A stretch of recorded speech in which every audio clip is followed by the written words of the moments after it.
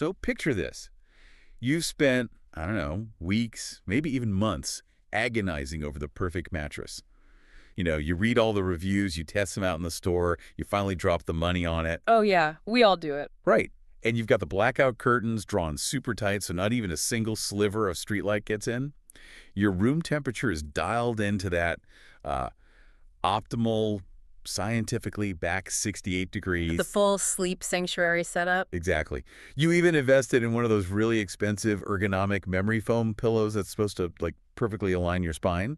So you are, by all accounts, ready for the absolute perfect night of sleep. Sure. But then, right before you climb into bed, you throw on this old, stiff promotional T-shirt from, I don't know, a 5K you ran a decade ago, and a pair of worn-out, heavy synthetic sweatpants. Yeah, it's such a classic mistake. It is. We obsess over every single element of our sleep environment, but we completely ignore the one thing that is literally touching our skin all night long. It really is a massive, almost comical blind spot for most of us. I mean, we treat our bedrooms like these high-tech sleep laboratories, constantly optimizing for sound and light and, mattress firmness. But then we treat our sleepwear like a total afterthought. Right. We just grab whatever's at the top of the laundry basket or whatever we just don't care about ruining. And, well, that is exactly what we are getting into today. Welcome to our deep dive. Glad to be here. So today we are looking at this really fascinating body of research. We actually have this detailed article and a set of notes. It's titled High.Docs, and it uncovers the hidden secret to better sleep health. And here's where it gets really interesting, because investing in premium sleepwear, it isn't just a luxury flex. No, not at all. It's not just for people who want to look glamorous lounging around the house on a Sunday morning. According to the source material, it is a science-backed, deeply practical health decision. Yeah, and the stakes are actually incredibly high when you consider the biological reality of what's happening when we sleep. I mean, we spend roughly 1/3 of our lives unconscious in bed. Which is a lot of time to be wearing an uncomfortable T-shirt. Exactly. And that time, it's not just downtime. It's not a pause button for the brain. It is an incredibly active, demanding biological process. What we wear directly impacts memory consolidation, the strengthening of our immune system, and the physical repair of our body's tissues. It's not an exaggeration to say it's a foundational pillar of your overall health. Okay, let's unpack this a bit. Yeah. Because I think most people, and honestly, myself included until recently, think of sleepwear purely in terms of, aesthetics or just basic modesty. Right, just something to cover up with. Yeah. But before we even get into the fabrics themselves, we really need to understand why the body actually cares about what it's wearing. What is physically happening to us internally when we try to fall asleep? Well, it all comes down to thermoregulation. That's the core mechanism here. During the sleep cycle, your core body temperature actually has to naturally cool down by about 1 to 2 degrees. And this drop in temperature, it isn't just a side effect of being asleep. It is a strict biological requirement to initiate and maintain quality sleep. Your brain is essentially acting as a thermostat. A thermostat, got it. Right. So as bedtime approaches, it signals your blood vessels, particularly in your hands and feet, to dilate. This process, which is called vasodilation, brings warm blood to the surface of your skin to basically release heat, thereby lowering your internal core temperature. Okay, wait, hold on. If my body's goal is to cool down, my instinct when I get into bed and feel a little chilly is to, bundle up. The heavy sweatpants and the thick socks. Are you saying I'm sabotaging myself? In many cases, yes. I mean, it's a very delicate balance. You want your environment to be cool, but you need your skin to be able to actually release that heat. Okay, so it sounds like buying a state-of-the-art gaming console but using a broken controller. You have the great setup, but the interface is just ruining the whole experience. That is a great way to put it. And what's fascinating here is the physiological domino effect that happens. When your body cannot shed that heat, because of that broken controller, so to speak, it violently interrupts your sleep. Faster sleep onset is physically blocked. So the heavy synthetics are just trapping everything in. Precisely. Low-quality fabrics, especially thick synthetics like polyester, they act as insulators. They trap heat and sweat right against your skin. So you are essentially creating this microclimate of discomfort under the covers. That sounds awful. It is. And we aren't just talking about waking up sweaty. Your brain actually registers that trapped heat as a physiological stressor. Okay, but I want to push back a little bit here, if that's all right. Sure, go ahead. So I understand that waking up sweaty is gross. Nobody likes that. Yeah. But does what we wear really disrupt something as complex as memory consolidation? Or is waking up a little warm Just a minor annoyance that we're kind of overanalyzing. It is far more than a minor annoyance. And to really understand why, we have to look at your sleep architecture. Sleep isn't just a flat line where you power off for 8 hours. Right. It is more like a staircase that you walk down. You start at the top in light sleep, and you slowly walk down into the basement, which is your deep, slow wave sleep. Okay, the basement. I like that visual. Yeah, and that basement is where the magic happens. That is where your brain takes all the short-term information you learned that day and files it away into long-term memory. It's also where your body releases growth hormones to repair muscle tissue. Okay, I'm with you. Light sleep at the top, deep restorative sleep down in the basement. Right. But to stay in that basement, your mind and body must be completely relaxed. If your body is trapped in unbreathable fabric, it starts sending these low-level distress signals to your brain. Like an alarm going off. Exactly. Yeah. Saying things like, emergency, I'm too hot, or hey, this rough fabric is pulling at my skin.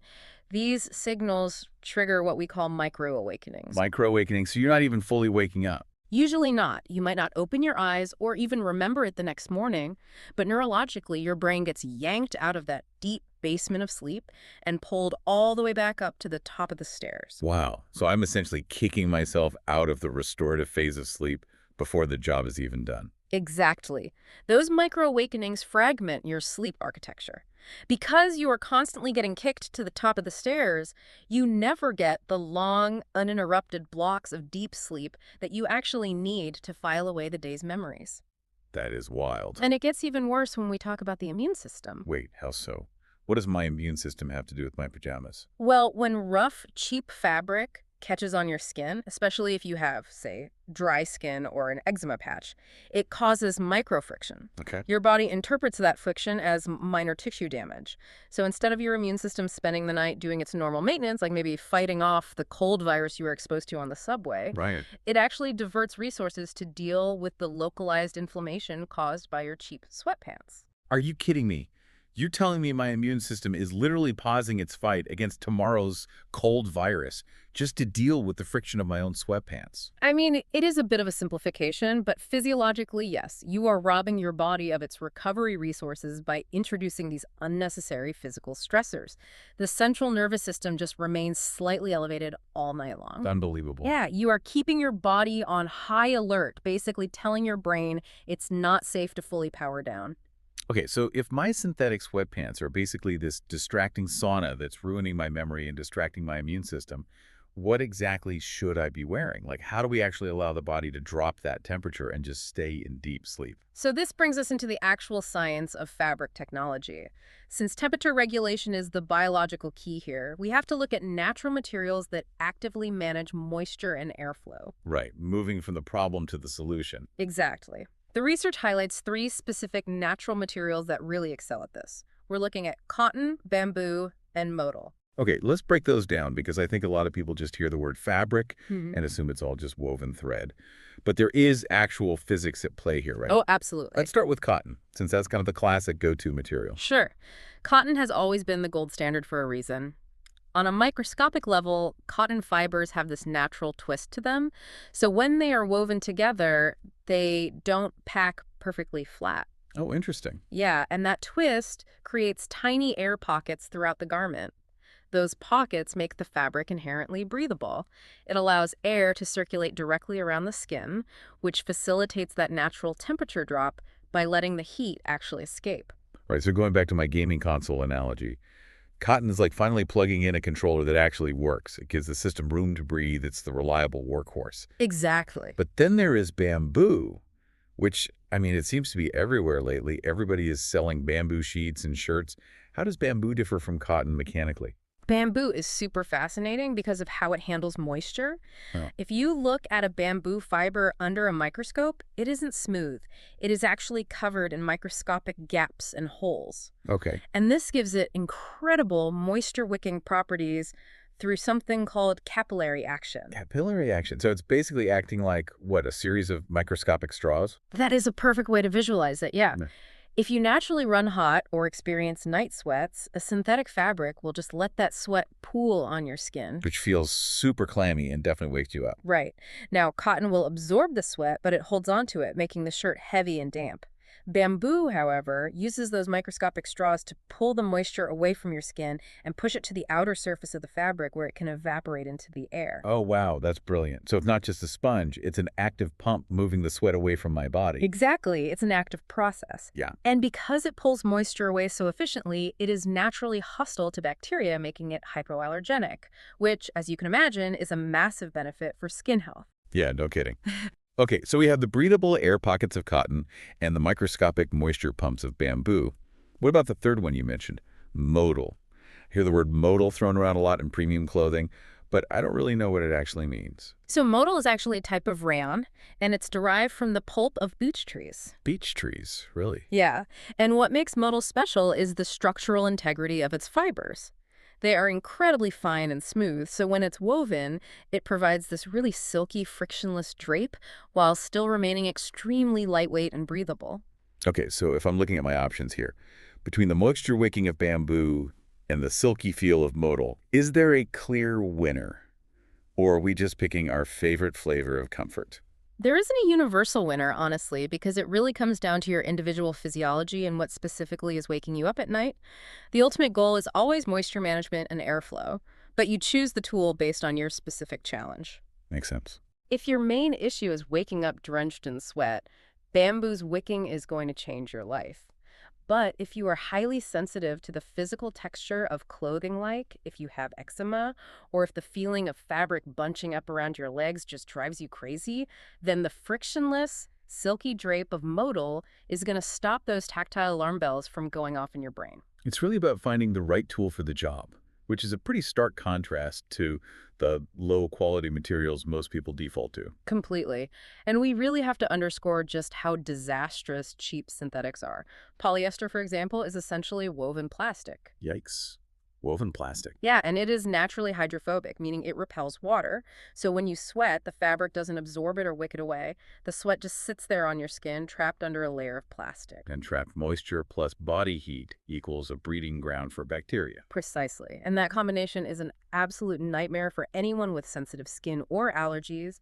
It exacerbates dry skin conditions and triggers all those microscopic nighttime awakenings we talked about earlier. Okay, so knowing all this science, knowing that my old promotional 5K shirt is literally fragmenting my sleep architecture and stressing out my immune system, we hit what I think is a massive psychological barrier. Oh, for sure. Because why do we hesitate so much to spend money on this? We have absolutely no problem dropping $200 on a pair of sneakers or, an expensive jacket for the public to see. But when it comes to the bedroom, we completely balk at spending money on premium sleepwear.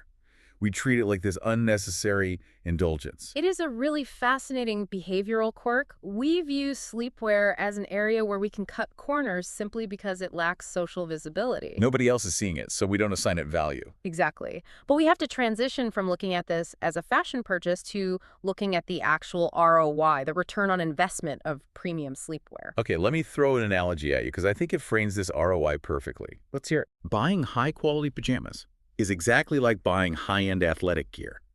You would never look at a professional athlete about to run a marathon and say, hey, just run the race in those $3 plastic flip-flops. Nobody cares what your feet look like. Right, that would be absurd. It would be. The footwear is the necessary equipment to perform the task safely and efficiently. So why on earth are we doing a third of our life marathon in worn-out, zero-breathability sweatpants? I love that analogy because it shifts the entire paradigm. If we connect this to the bigger picture, the research makes a beautiful argument here.